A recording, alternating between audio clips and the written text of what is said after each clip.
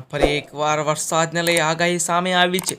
હવામાન નિષ્ણાત અંબાલાલ પટેલે વરસાદને લઈ આગાહી કરતા જણાવ્યું કે 9 સપ્ટેમ્બર સુધી રાજ્ય વરસાદી માહોલ રહેશે। આ સાથે રાજ્યના વિવિધ ભાગમાં હળવાથી મધ્ય વરસાદની શક્યતા છે। અંબાલાલ પટેલે આગાહી કરી છે કે 11 થી 22 સપ્ટેમ્બર વચ્ચે પણ વરસાદ થઈ શકે છે। આ સાથે પંચમહાલ, મહેસાણા અને બનાસકાંઠામાં પર વરસાદની શક્યતા છે। ગુજરાતમાં વરસાદને લઈ હવામાન નિષ્ણાત અંબાલાલ પટેલે આગાહી કરી છે।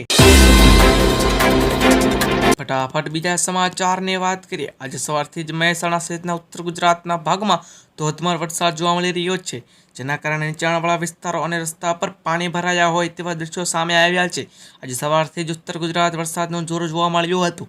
આજે બપોરે 4 વાગ્યા સુધીની આગાહીમાં ઉત્તર ગુજરાત જિલ્લામાં ઓરેન્જ એલર્ટ હતું, જોકે વરસાદ બાદ વરસાદનું ચિત્ર બદલાયું છે।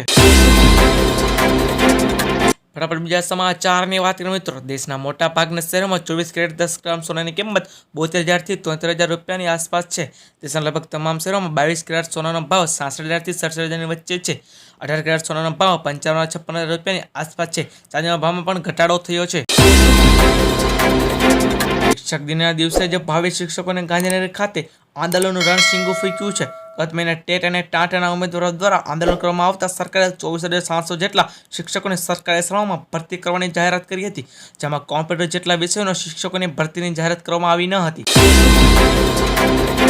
ફટાફટ બીજા સમાચારની વાત કરીએ તો સરકાર દ્વારા ઇંધણના ભાવ કરેલા આ તાજેતરના વધારા બાદ રાજધાની આવેલો 1 લીટર પેટ્રોલની કિંમત વર્તમાન સમયમાં 99.24 રૂપિયા અને ડીઝલની કિંમત 28.2 રૂપિયા પ્રતિ લીટર થઈ ગઈ છે।